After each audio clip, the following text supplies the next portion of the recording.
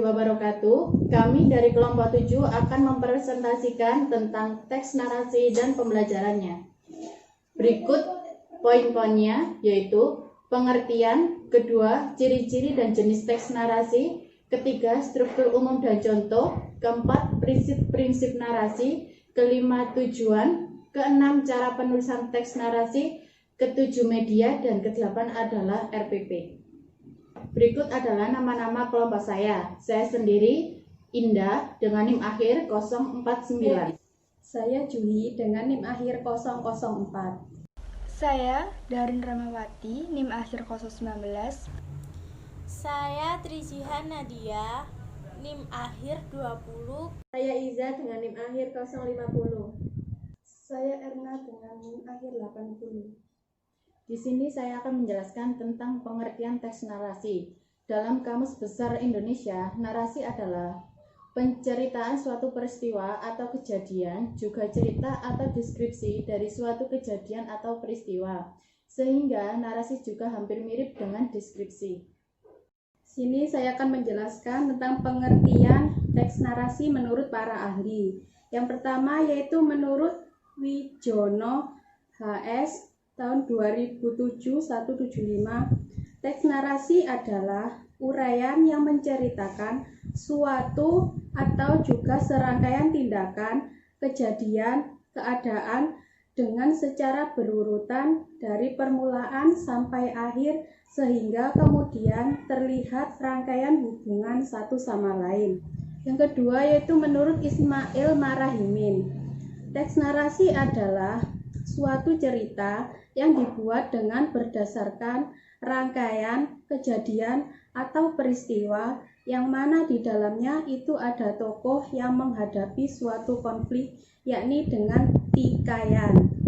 Dan yang ketiga, menurut Atarsemi, pengertian narasi adalah suatu bentuk percakapan atau juga tulisan yang memiliki tujuan menyampaikan atau juga menceritakan sebuah rangkaian peristiwa atau kejadian pengalaman manusia itu dengan berdasarkan perkembangan dari waktu ke waktu.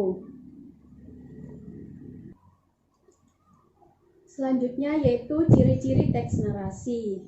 Yang pertama, isi teks atau karangan berisi tentang suatu cerita, kisah, atau peristiwa tertentu. Yang kedua, dibentuk dari beberapa susunan paragraf. Yang ketiga, menyampaikan kronologi atau urutan cerita yang jelas. Keempat, terdapat peristiwa maupun konflik. Dan yang kelima, memiliki unsur-unsur pembentuk teks seperti tema, latar, setting, dan karakter. Di sini saya akan menjelaskan tentang jenis-jenis teks narasi. Ada 4, yaitu narasi informatif, narasi ekspositorik, narasi artistik, dan narasi sugestif. Untuk yang pertama, narasi informatif, yaitu narasi yang berisi informasi secara akurat, yang bertujuan untuk memperluas pengetahuan seseorang terhadap suatu kejadian atau peristiwa. Yang kedua, untuk narasi ekspositorik, sama halnya seperti narasi informatif, tetapi di sini pengenalan tokoh dijelaskan detail mulai dari awal hingga akhir cerita. Yang ketiga, narasi artistik, yaitu narasi yang memiliki makna atau maksud tertentu kepada seorang pembaca untuk seolah-olah para pembaca tersebut melihat suatu kejadian tersebut. Yang keempat, untuk narasi sugestif, yaitu yang berisi sebuah khayalan, rekayaan, atau imajinasi.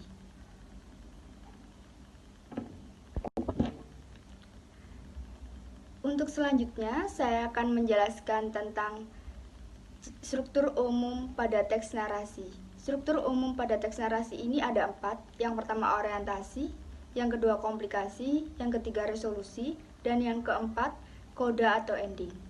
Untuk yang pertama, orientasi merupakan bentuk yang berisi tentang pengenalan tokoh, watak, latar, dan sebagainya. Untuk komplikasi, yang berisi tentang suatu permasalahan dalam cerita tersebut. Yang ketiga, resolusi sebagai pemecahan masalah. Dan yang terakhir, koda atau ending merupakan sebagai akhir cerita, baik itu secara sedih maupun senang. Prinsip-prinsip dalam teks narasi. Prinsip dalam teks narasi terdiri dari 4. Yang pertama, alur atau plot. Yang kedua, penokohan. Yang ketiga, latar atau setting. Yang keempat, sudut pandang. Di sini saya akan memaparkan dari keempat prinsip tersebut. Yang pertama, alur atau plot. Alur atau plot ini menggambarkan sebuah kerangka cerita dari awal hingga akhir, di mana si tokoh digambarkan dan diperankan. Nah, alur atau plot ini dibedakan menjadi 2, yaitu alur maju dan alur mundur. Yang kedua, penokohan. Penokohan ini menggambarkan watak si tokoh dalam sebuah cerita. Penokohan ini juga dibedakan menjadi 2, yaitu tokoh berwatak protagonis dan tokoh berwatak antagonis. Yang ketiga yaitu latar atau setting.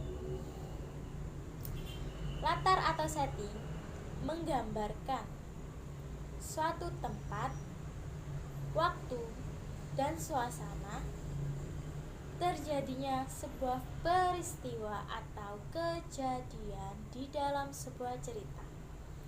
Yang keempat yaitu sudut pandang. Sudut pandang ini menggambarkan cara pengarang menempatkan dirinya di dalam sebuah cerita. Nah, di sini saya akan memberikan contoh teks narasi.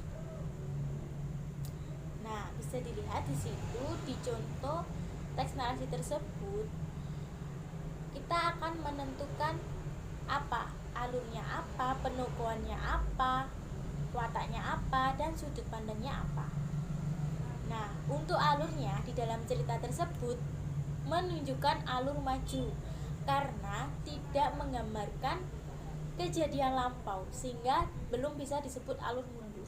Alurnya maju dari siang hari pergi ke toko roti sampai dia pulang ke rumahnya. Dan yang kedua, penokohan. Penokohan di atas menunjukkan si tokoh Hayin dan si tokoh penjaga kasir. Si tokoh Hayin berwatak baik, jujur, dan suka membantu. Sedangkan si tokoh penjaga kasir menggambarkan baik, suka membantu, dan lalai. Dan yang ketiga yaitu latar atau setting.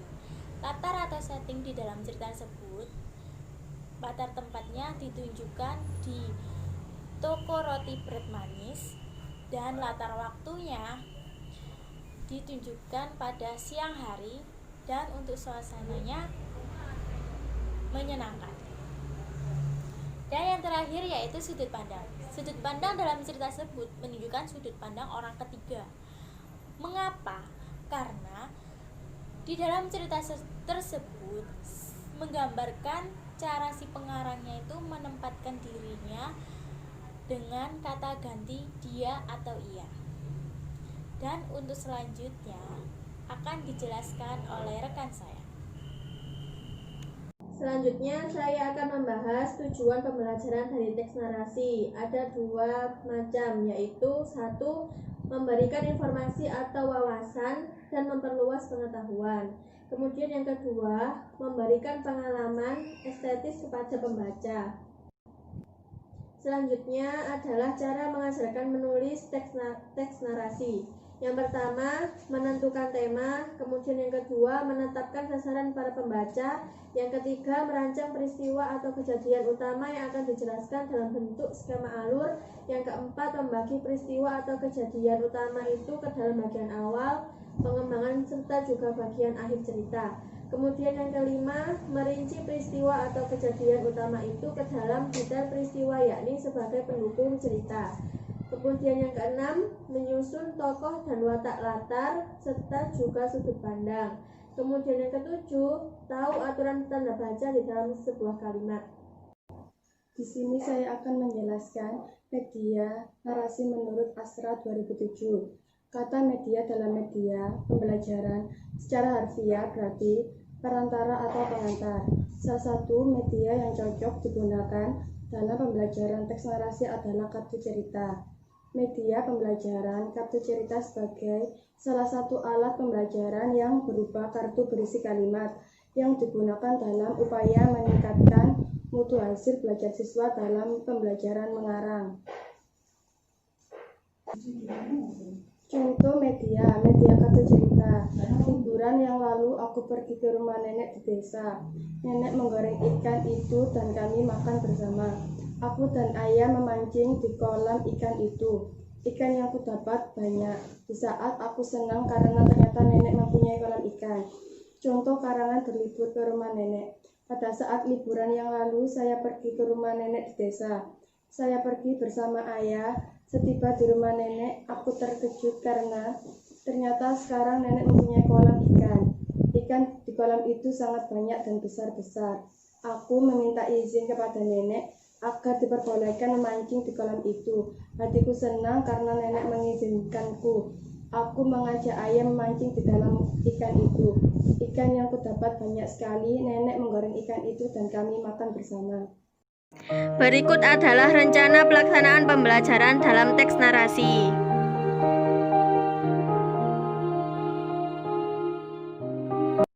Dari hasil presentasi yang telah kami sampaikan, dapat ditarik kesimpulan, teks narasi merupakan jenis teks berisi cerita yang disusun berdasarkan kronologi kejadian atau peristiwa dari waktu ke waktu.